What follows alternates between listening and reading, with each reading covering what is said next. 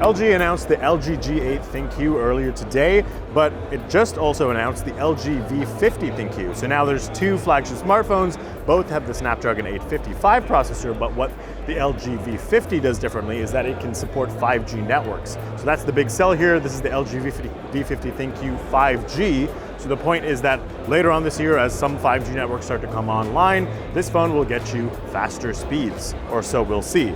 But that's not the only cool thing about the V50. We're also going to take a look at this strange little attachment that you can attach the phone to. So we're hearing a lot of buzz about foldable phones, and so it's essentially what this V50 can now do is get a second screen option. So basically this second screen here will turn on, and now you sort of have a foldable smartphone. So it's a different take on the whole idea, so let's take a quick look. So this is the LG V50 ThinQ.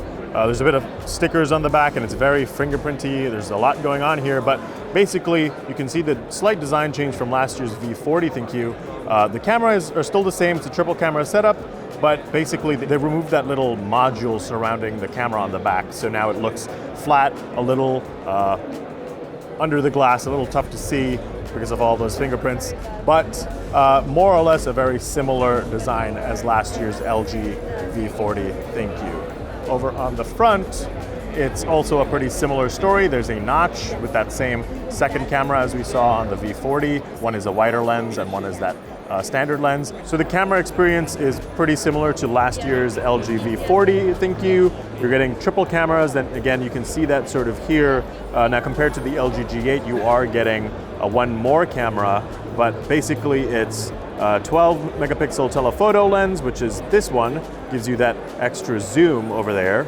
along with a wide angle 16 megapixel lens, which is this one, obviously get way more in the shot. And then there is the standard 12 megapixel standard lens, which you'd want to use for everything. There is also one new feature here in the More column.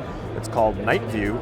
So basically, this is a feature that is also in the LG G8, but basically you can take a photo and it's essentially stacking together 10 images to give you one well-exposed photo that hopefully is great at capturing nighttime low-light environments.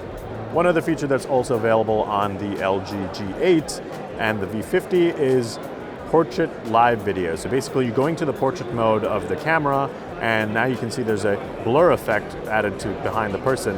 So essentially you can see how there's no blur effect now, but when you go to portrait, blur effect is added, and there's a slider here that lets you control the intensity of that blur for a cool DSLR-like effect.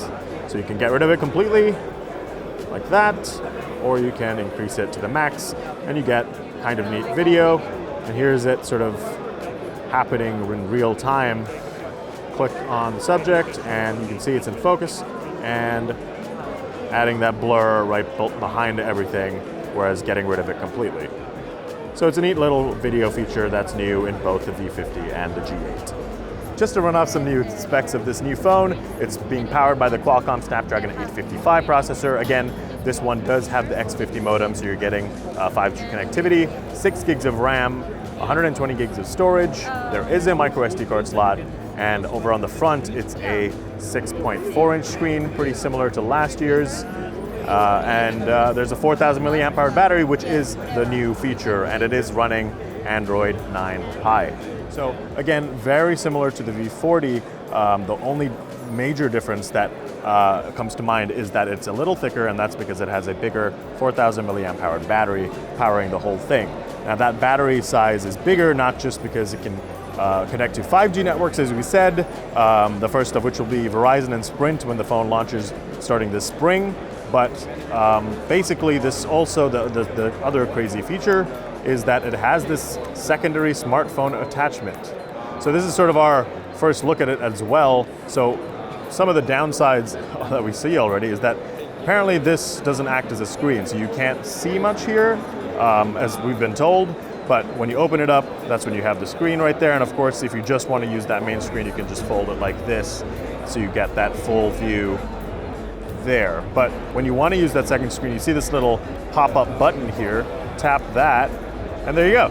voila, so you have two screens now, and this basically is just a secondary screen. That's a separate module. It doesn't require a battery because it's being powered by the V50, and it's also being powered through wireless charging. So if we take this off, basically you can see a little wireless charging module in the back here, which is how it juices up.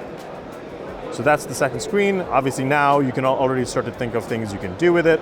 Say I'm traveling somewhere and I want to send someone a message or share directions or something like that, I can easily do that. Another neat little idea would be, say, opening something like YouTube and watching, well, I think you have to update YouTube, but you get the idea of, playing a video, you want to text someone what you're watching, or maybe you're watching Netflix and sharing notes at the same time on your favorite show. The opportunity is sort of endless, and there are a few other options over here that pop up. So you can turn off the dual screen, you can show the dual screen on the main. Basically you can swap screens, show main on the dual screen, show dual on the main, so you can flip the content whenever you want. Right, so basically, let's say I opened Chrome.